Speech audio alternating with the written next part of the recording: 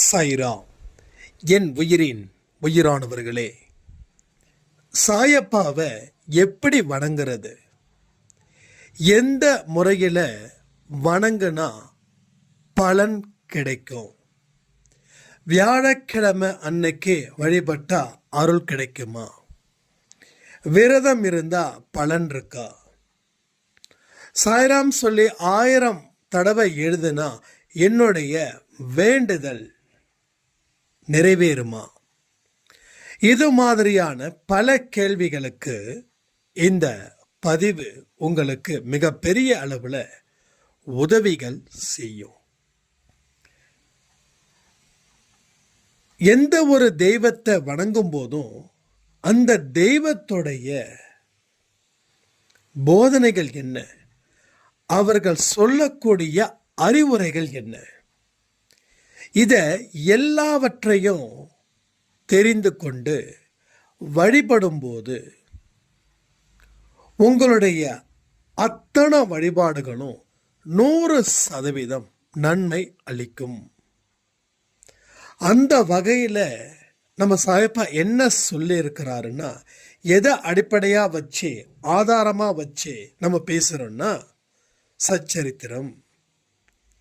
இந்த சச்சரித்திரத்தை நீங்கள் படிக்கும்போது அதில் சொல்லக்கூடிய விஷயத்தை தான் நாம் இந்த சாய் குரு சேனலில் சொல்லிக்கிட்டே இருக்கோம். நமக்கு ஏற்கனவே அன்பே சாய் சேனல் இருக்குது. இந்த சேனல் எதுக்கு அப்படின்னா, இது ப்ரீகேஜி எல்கேஜிக்காக ஒரு அடிப்படை தத்துவத்தை தெரிந்து கொண்டு அதன் பாதையில் நாம் போகும்போது நம்ம வாழ்க்கையில் நினைச்சதை நாம் சாதிக்கலாம். கடவுள் துணை கொண்டு எல்லா கர்மாக்களையும் நாம் கடக்கலாம். அதற்காகத்தான் இந்த சேனலில் நம்ம பேசிக்கிட்டு இருக்கோம். அப்போ ஒட்டுமொத்தமாக நாம் நல்லா தெரிஞ்சுக்கணும், பேசிக்கான விஷயங்களை நீங்கள் புரிஞ்சுக்கணும். அதற்காக தான் சாய் குரு சேனல். சாய்ப்பா சொல்லக்கூடிய வார்த்தைகளை கீழ்ப்படிங்க, உங்களுடைய கர்மாக்கள் போகும். நான் ஏன் சாய்ப்பாவை வணங்கணும், பெருமாள் சிவன் இது மாதிரி கடவுளை வணங்கக்கூடாதா, அவங்களுக்கு பவர் இல்லையா, இது மாதிரி சில கேள்விகள் உங்கள் மனசில் ஆழமாக எழும். கலியுகத்தில் குரு மூலமாக தான் நம்ம தெய்வத்தையே அடைய முடியும். குருவோட போதனைகள் ஒரு மனுஷனோட வாழ்க்கையையும் மாற்றும் சக்தி அந்த போதனைக்கு இருக்குது. அப்போ அவர் சொல்லக்கூடிய வழிமுறைகள் அல்ல, ஒரு வழிமுறை என்ன தெரியுமா, விரதத்தால எதுவுமே இல்லை, நீ விரதம் எனக்காக இருக்க வேண்டிய அவசியமும் இல்லை, உன்னுடைய உண்மையான பக்தி உண்மையான அன்பு இது ஒன்றுக்கு தான் நான் நீ சொல்கிறத கேட்பேனே தவிர, நீ விரதம் இருந்து கடும் விரதம் இருந்து கடும் வழிபாட்டு முறைகளும் எனக்காக நீ செய்ய வேண்டாம். யார் சொன்னா உனக்கு வியாழக்கிழமை அன்னைக்கு விரதம் இருந்து என்னை வழிபட்டா பொன்னும் பொருளும் குவியும் என்று? இந்த விஷயத்தை நான் என்னைக்கும் ஆதரிக்க மாட்டேன். நீ உண்மையான அன்போடு உண்மையான பக்தியோடு உண்மையான நம்பிக்கையோடு பொறுமையோடு என்னை தரிசி, உனக்கு நான் எல்லாம் செய்வேன் அப்படின்னு சொல்லியிருக்காரு. ஆனால் இன்னைக்கு பல பேர் வியாழக்கிழமை விரதம், சாய் அப்பாவுக்கு விரதம் அப்படின்னு சொல்லக்கூடிய நிறைய சாயப்பா பக்தர்களை நம்ம பார்க்கலாம். ஸோ விரதத்தால் எந்த பலனும் இல்லை. அவர் மூட நம்பிக்கையை எதிர்க்கிறார், மூட நம்பிக்கையை ஆதரிக்கவே இல்லை. இந்த கேள்விக்கு நான் பதில் சொல்லிடுறேன். அப்போ சிவன் பெருமாளை வணங்கின பலன் இல்லையா? பலன் இருக்கு. ஆனால் நம்மோட வாழ்ந்து நம்மளோட தானே சாய்ப்பா வாழ்ந்தார். பல நூற்றாண்டுகளுக்கு முன்னாடி வாழ்ந்து நம்மளுடைய கஷ்டத்தை எல்லாம் தெரிஞ்சுக்கிட்டு அதன் மூலமாக நம்மளை நிறைய நல் வழிகளில் சில போதனைகளை சொல்லி நம்மளை திருத்தி நல்வழிப்படுத்தக்கூடியவர் தான் குரு. அந்த குரு தான் சாயப்பா. நமக்கு அப்பாவா இருந்து, அம்மாவா இருந்து, குருவா இருந்து, தெய்வமா இருந்து வழி நடத்துபவர் தான் நமது சாயப்பா. எல்லா கடவுளை வணங்கினாலும் உங்களுக்கு எல்லா பலன்களும் இருக்குது. ஆனால் குருவோட போதனைகளை ஒரு மனுஷன் கடைப்பிடிச்சா அப்படின்னா அவன் எளிதில் தெய்வத்தை கூட தரிசிக்க முடியும். ஸோ சாயப்பாவும் அவதார புருஷர் ராமர் அண்டு கிருஷ்ண பரமாத்மா.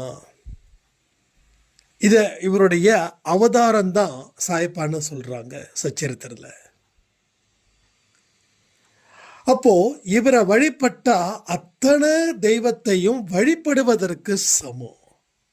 இவரை நீங்க முழு மூச்சா வழிபாடு செய்தீங்கன்னா எல்லா தெய்வத்துக்கும் வழிபாடு செய்தது போல அப்படின்னு சச்சரித்திரத்தில் சொல்லியிருக்காங்க. அப்போ உங்க நம்பிக்கைய இவர் மீது வைங்க. உங்க வாழ்க்கையில மூட நம்பிக்கையில இருந்து வெளியில வாங்க. உங்க பிரச்சனைகளை எப்படி தீர்க்கணும் அப்படின்றதையும் இதுல சொல்லியிருக்காரு. கர்மாக்களை நீ எதிர்த்து நின்று போரிடும் போதுதான் அந்த கர்மாக்களை நீ வெல்ல முடியும். பயந்துக்கிட்டு ஒரு ஓரமா உட்காந்து என்னை வழிபடுவதால எந்த லாபமும் இல்லை. நான் இருக்கிறேன் அப்படின்றத நம்பி உன் வாழ்க்கைய நீ ஆரம்பி. கர்மாக்களை பார்த்து பயந்து ஒளிந்து வாழாத. இது எல்லாமே நீ புரிஞ்சுக்கோ. அப்பொழுதுதான் என்னுடைய பலம் என்ன அப்படின்றது உனக்கு தெரியும். நான் கஷ்டத்தை கொடுக்கறதுக்கு காரணமே நீ அடுத்த இஷ்டப்படும் இடத்துக்கு செல்வதற்கான அறிகுறி. அதனால கஷ்டத்தை பார்த்து பயப்படாத அப்படின்றார். இன்னொன்று, நீங்க ஒரு அடி எடுத்து வச்சாதான் அவர் 10 அடி எடுத்து வைக்கிறார் அப்படின்ற ஒரு விஷயத்தையும் அவர் சொல்லியிருக்கார்.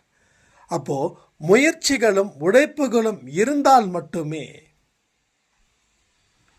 உங்க வாழ்க்கையில நீங்க வெற்றி பெற முடியும். அவருடைய வழிகளின் மூலமாக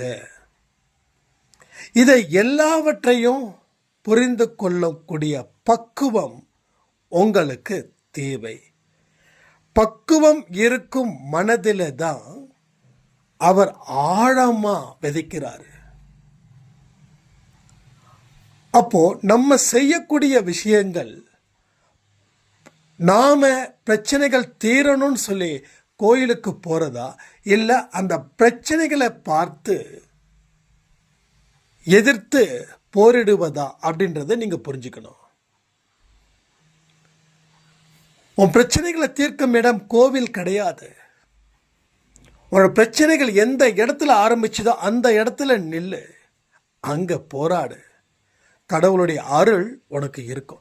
என்னைக்கு அவரை நம்பி ஒரு விஷயத்தை நீ செய்கிறியோ அதை அவர் வெற்றிகரமா முடிச்சு கொடுத்து உன்னை யாருன்னு இந்த உலகத்துக்கும் காட்டுவார். இதை எல்லாத்தையும் புரிஞ்சுக்கோங்க. புரிய புரிய புரிய உங்க வாழ்க்கையில உங்க மனசுல இருக்கிற பாரம் குறையும், ஒரு தெளிவு ஏற்படும், மாற்று வழி ஒன்று தோன்றும். இதுவரைக்கும் வழியே உங்களுக்கு கிடைக்கல, ஆனா இனி வழி ஏகப்பட்டது கடவுள் கொடுப்பார். வழிகள் இங்கே 1000 லட்சம் கோடி. ஒரு விஷயத்துல நம்ம அடிபடும் போது நம்ம கண்கள் இருண்டு போகுது, நம்ம மூளை மங்கி போகுது, என்ன செய்யறதுன்னு தடுமாற்றம், பயம் அதிகரிக்குது. இது எல்லாமே இவரை வணங்குவதன் மூலமா, இவருடைய போதனைகளை நம்ம ஏற்பதன் மூலமா ஒரு தெளிவும் ஒரு ஞானமும் நல்ல வழியையும் எங்க ஏற்படுத்த முடியும். விளையாட்டா நினைக்காதீங்க. கடவுள் ரொம்ப அற்புதமானவர். இதெல்லாம் செஞ்சா நடந்துருமா? இதையெல்லாம் செஞ்சதால தான் இங்க எல்லாருக்கும் எல்லாமும் நடந்திருக்குது. அன்பே சாய் குடும்பத்துல நல்ல புரிதலோட உங்க ஒரு அடியையும் எடுத்து வைங்க. நிச்சயமா உங்க வாழ்க்கையில நீங்கள் அபாரமான வெற்றியை நிச்சயம் பெறுவீர்கள் சொல்லி இந்த பதிவை நான் முடிக்கிறேன். ஜெய் சாய்ராம்.